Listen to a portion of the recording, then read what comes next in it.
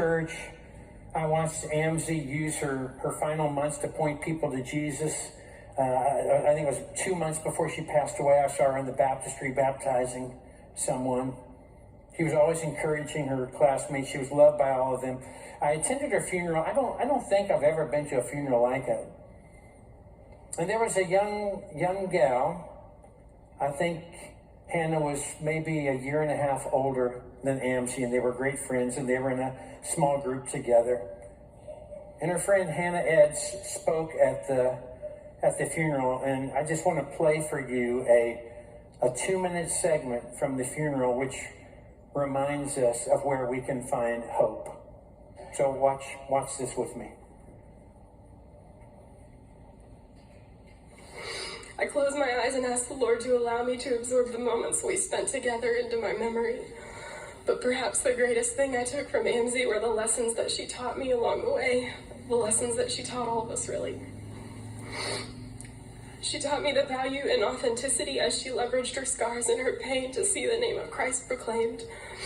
She taught me that those things we worry about, like money and the future, they fall flat in the face of eternity. She taught me that sometimes the most courageous thing you can do is be a voice for the vulnerable. She taught me that kindness costs us nothing, but Christ will cost us everything. We get one shot at this thing down here, and to live it for ourselves is to waste it entirely. But more secure than her confidence in herself was her confidence in Christ and her certainty in where she was headed at the end of her earthly days.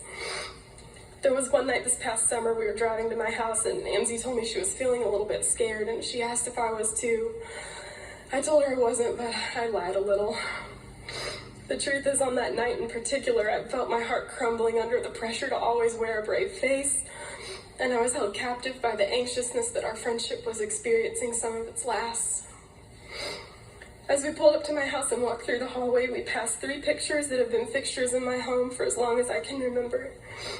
And they're just simple photos inside of frames that say faith, hope, and love. And as she made her way down the hallway, her shoulder brushed up against one of the frames, knocking it from the wall and shattering it to pieces on the floor. She apologized profusely as we bent over to pick up the glass. And she turned it over and said, "I broke hope."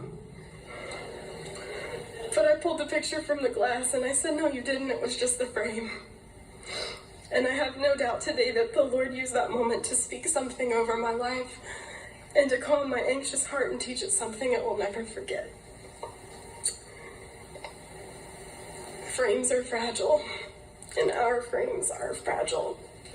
But when hope is inside of us, everything else around us can break, but not our hope.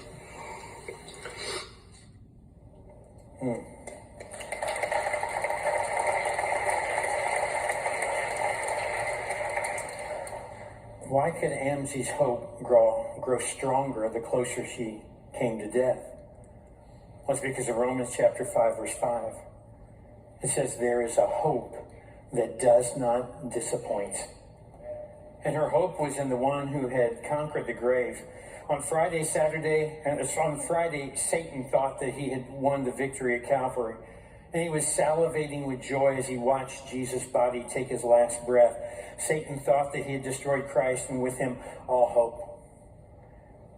But he merely broke the frame. And our hope is alive and our hope is well. And there will come a day for each and every one of us when our frames will be broken. You might be 17, you might be 70. But on that day, the only thing that will matter is whether your hope is in Jesus Christ, whether you have a hope beyond this world. A tomb may be an unusual place to look for hope, but once you find it there, you'll start seeing hope show up in all parts of your life.